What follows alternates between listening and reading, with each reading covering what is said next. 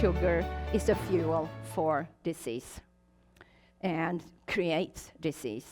So insulin resistance is one of the leading causes of oxidative stress and brain disorder. So you probably heard about diabetes type 1, type 2, but there is type 3. Type 3 is, so you know that the pancreas make insulin for the whole body to be able, so the body can absorb sugar into the cells and be part of your fuel. So then the brain, a part called hippocampus, which is the memory and the learning center in your brain, it makes insulin. And once that is messed up, just like it would be messed up with the pancreas not being able to produce enough, here goes our memory. We can't learn new things. Dementia. But not only dementia, Alzheimer, Parkinson, and Huntington's can happen.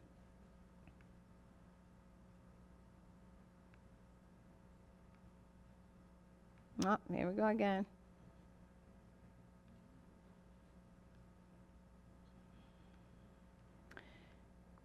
Well, the next one is also about fats and sugars. Activates the brain reward circuit more than cocaine does. I think it's about 20 times more than cocaine. Look at her. There goes the donuts. So there is a dopamine spike signaling pleasure. It super stimulates the brain with it.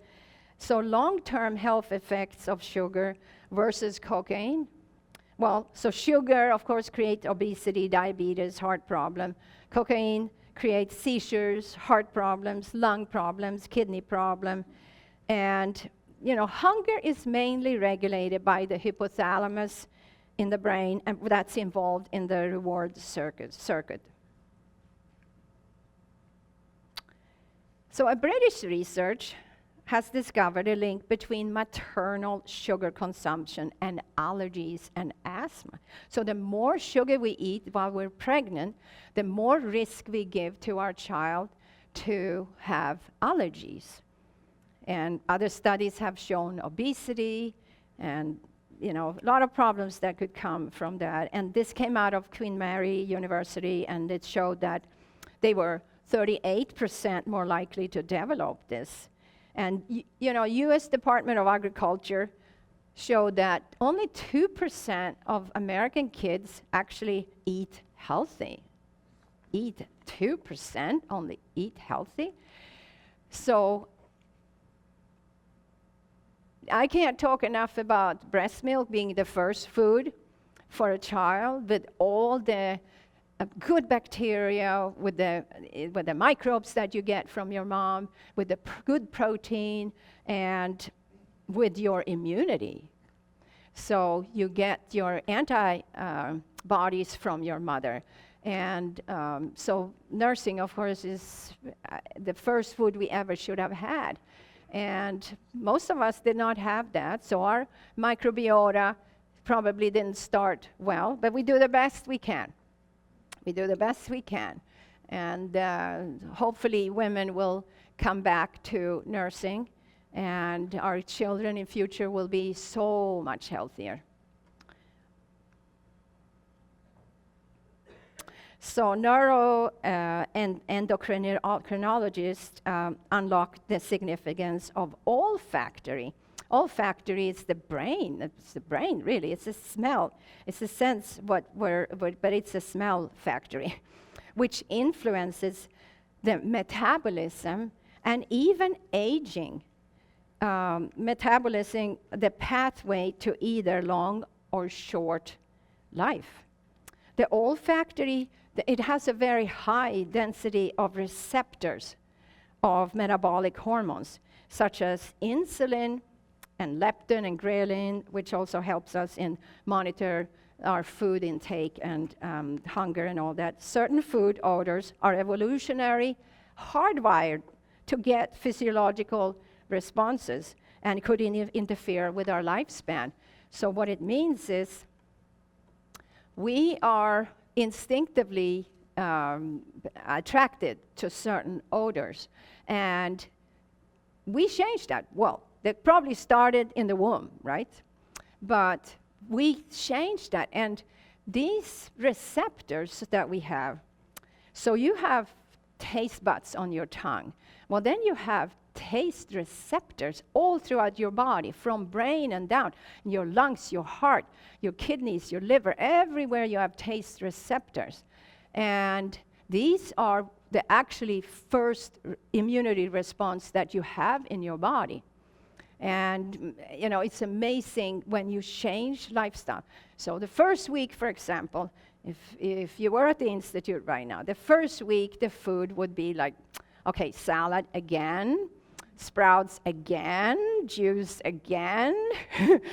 And then, as time goes by, what you thought was bland the first week, by the third week you will say, I wish the chef would have made these food the first week because I love it now. Well, it's your taste buds, your taste receptors are now changing. And these foods now will be, that's what you will be attracted to. So seeing it with our own kids, Brian and I was not brought up this way. I was brought up on standard Swedish diet with a lot of fried foods, a lot of course, meat, fish, chicken, and lots of bread, lots of dairy products. And that's what I would be attracted to unless I changed. So don't ever take no for an answer, because you change, they change. But you have to let it happen. So it's not going to happen overnight. And so if you try anything and you give it a few days only, it's not going to happen. You have to give it longer time. And 3 weeks, our program is 3 weeks because that's the minimum of the time it takes to be ready to change lifestyle.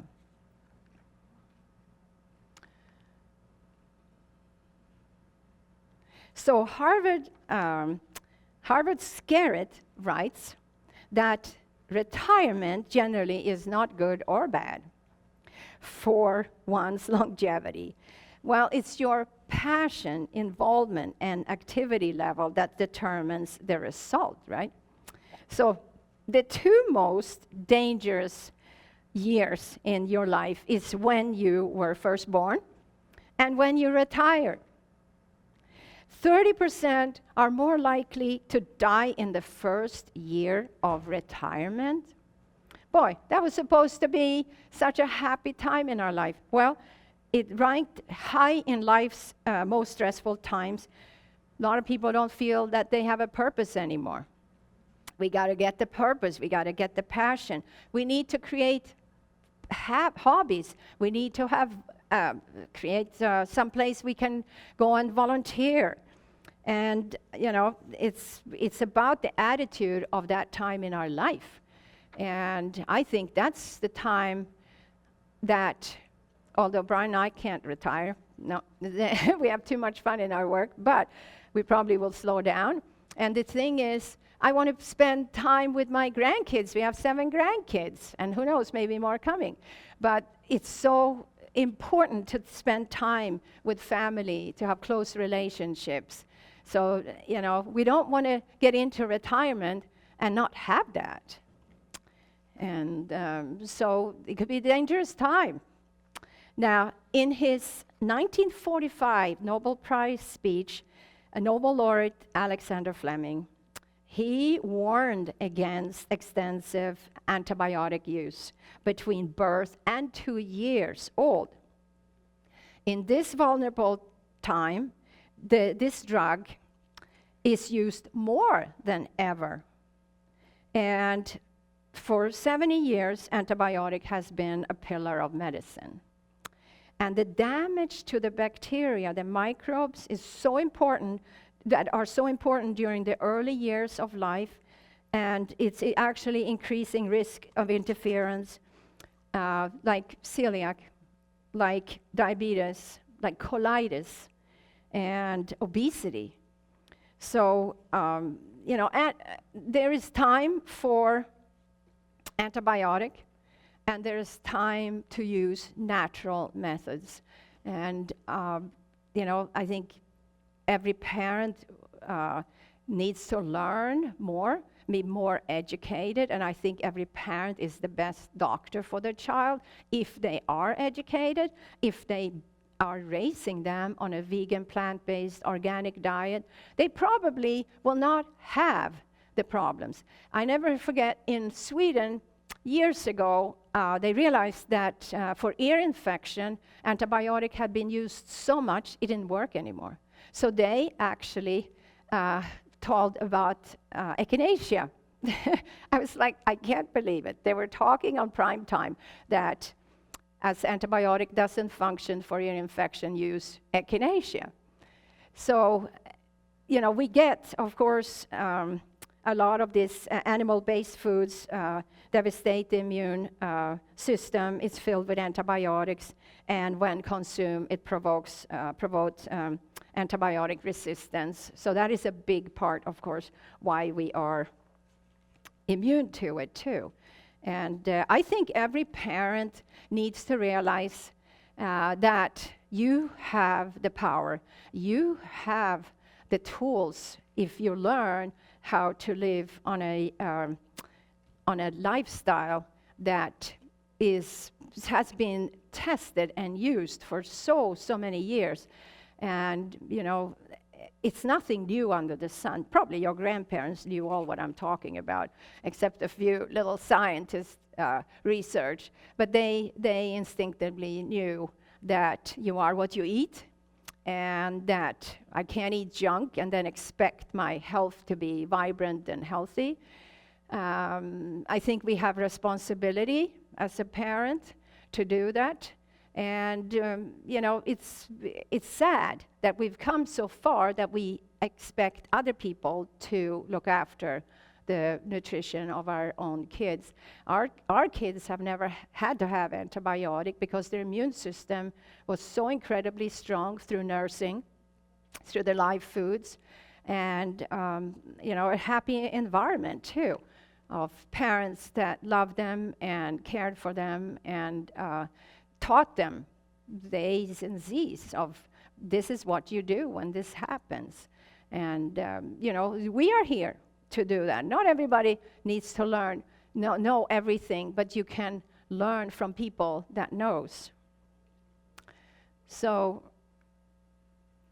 let's take care of the little ones. I think we go to the next one.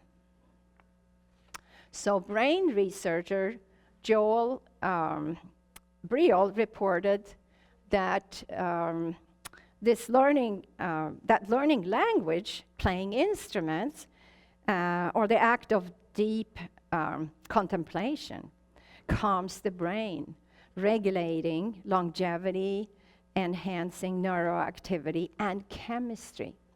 So Dalai Lama, 2000, he launched something called contemplative neuroscience. And he was studying Buddhist meditators, and they had to be meditating for 10,000 hours and plus. So that showed how the adult brain still can be transformed through learning new things.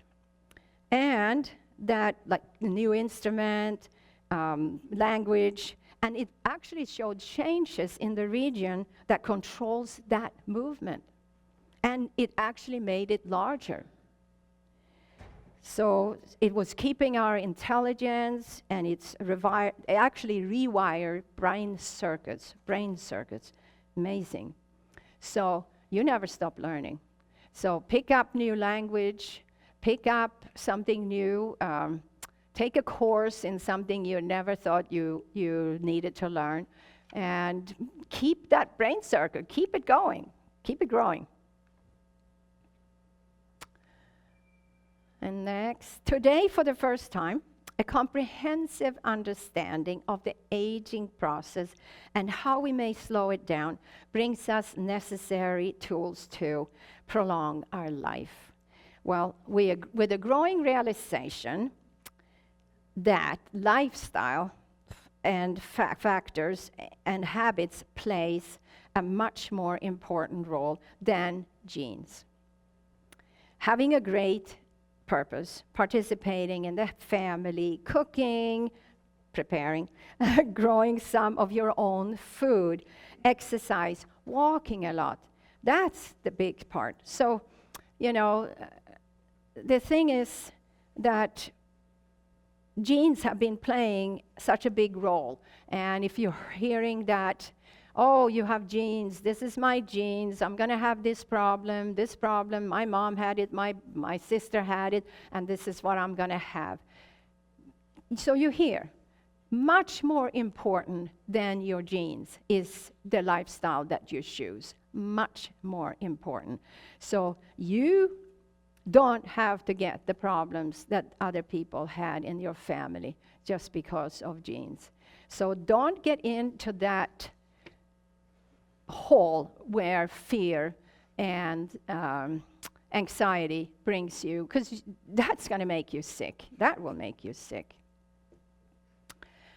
So when cherishing your life, next, join us in this exciting movement towards abundant life.